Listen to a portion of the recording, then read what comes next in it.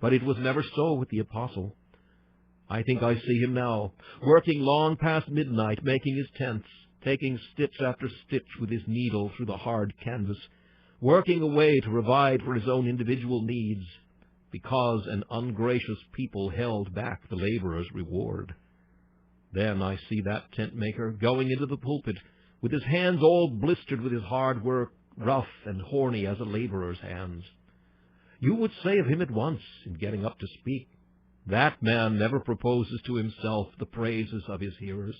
He is not like the Grecian orator who will go anywhere to get a clap, turn aside to tell any tale, or to preach anything if he can but excite his audience to say, "He is an orator. Let us write him down among the great names. Let us put the crown upon his head and celebrate him through the midst of Greece as being the golden-mouthed man who can speak right mightily." Never could you see that in Paul. You could discover at once that his solitary aim was to win souls, and so to glorify Christ. Let us labor after this as a part of all humility. But again, there is in the next place humility during the act. When a man finds that God is with him, he may be base enough to glorify himself. He may have been very humble indeed when he began the battle, but there is one enemy there at his feet, and another has just been dashed down by a blow from his right hand. The evil one whispers in his ear, "Thou hast done well. Thou art doing well." And then pride comes in and spoils all. That is a splendid psalm which begins, "Not unto us." David thought it needful to say it twice. "Not unto us, O Lord, not unto us." Then he deals the death blow with the other sentence, "But unto thy name be all the glory." To sing that song when you are trampling on your foes, to sing that song when you are reaping the great harvest, to sing that song when God's people are fed under your ministry, to sing that when you are going on from strength to strength, conquering and to conquer, will prove a healthy state of heart. Nothing but the most extraordinary grace can keep us in our right position while we are serving God and God is honoring us. We are so inclined to filch his jewels from the crown to put them upon our own breasts. If we would not steal the diadem itself, yet we look with longing eyes upon it, as if we would like to wear it, if but for a single moment. I have thought sometimes how many Christians are like the son of Henry IV, who when his father lies asleep, puts the crown on his head. You and I have done the same. We have forgotten God. He was to us as one that sleepeth, and we began to put the crown on our own head. Oh, fools that we were! Our time for crown-wearing has not come. We do but anger our Father and bring grief into our spirits when we think of crowning ourselves instead of crowning him, worshipping our own image instead of bending before the Lord God Jehovah. Christian men and women, and especially thou, O my own soul, let us take heed that while serving God, we serve him as the angels do, who with twain cover their faces, with twain cover their feet, while with twain they fly upon his errands. Then there is another kind of humility to make up all humility. Humility after the service is done. In looking back upon success achieved, upon heights attained, upon efforts which have been blessed, it is so easy to say, "My right hand and my mighty arm hath gotten me the victory." Men generally allow their fellow creatures some little congratulation. Can a man congratulate you without admitting that you congratulate yourself? Now there is respect and honor to be given to the man of God who has served his race and his master. By all manner of means let the names of Luther and Calvin and Zwingli be held in honor. Hath not God himself said it? The righteous shall be had in everlasting remembrance. It were wrong in us if we did not honor God's servants, for it would seem as if we dishonored the Master. But it will never do for the servant of God to honor himself. After his work is done, he must lay his head upon his death-pillow, saying, "I am not worthy of the least of all thy mercies. What am I, and what is my Father's house, that thou hast brought me hitherto? I am, having done all, but an unprofitable servant. I have not even done so much as it was my duty to have done. Sabbath school teachers, tract distributors, visitors of the sick, ye that feed the hungry and clothe the naked, especially ye deacons and elders, ministers of the church, see to it that never, when your work is done, you speak of yourselves or of your work. No. Your brethren, even if you speak in humble terms apparently, will soon find that when you talk much of what you do, that you are proud of it.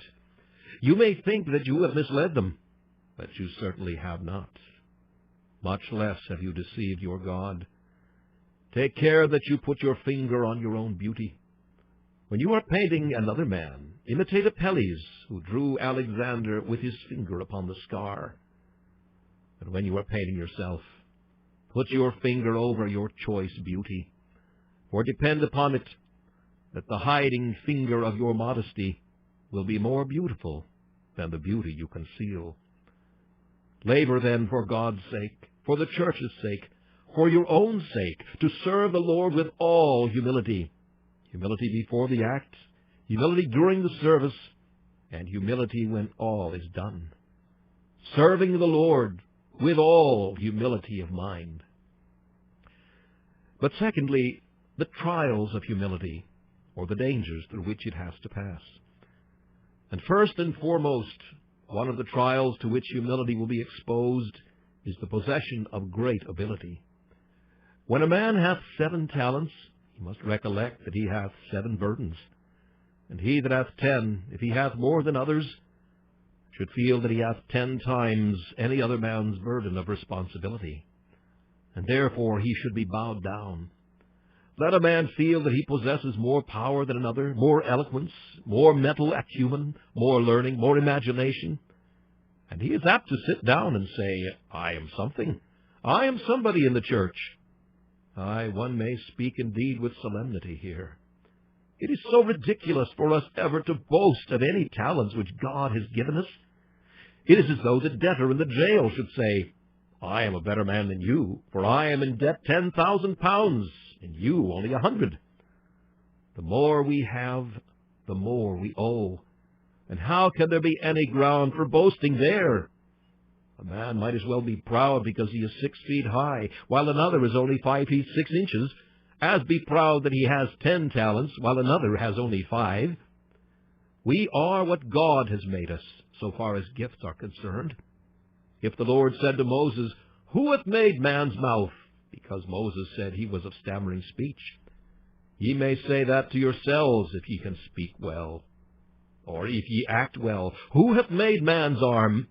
Or if ye think well, Who hath made man's brain? The honor never can be to the thing itself, but to that mighty one who made it what it is. Great talents make it hard for a man to maintain humility. Shall I surprise you when I say that little talents have precisely the same effect?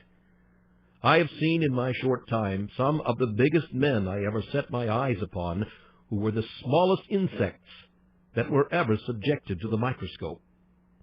Some great men in the pulpit, too, stately, dignified, magnificent, and majestic, men of whom a fortune could have been made outright, if you could have bought them at their proper value, and sold them out at what in their opinion they were worth. Men who were only fit to be bishops. They never could have been the inferior clergy. A curate's place would have been utterly insignificant. For to have been a tent-maker or an ordinary preacher like Paul would have been far beneath their level.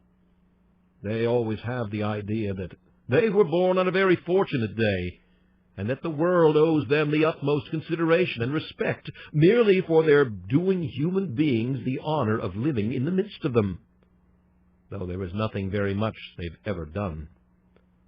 Now little talents often make a man proud. There, says he, I have but a trifle in the world. I must make a flare with it. I have but 1 ring, and I will always put the finger that wears that outwards so that it may be seen.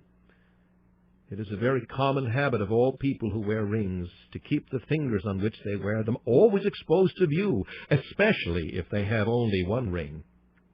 If a man has no gold in his pocket, he is sure to put on gold shirt studs.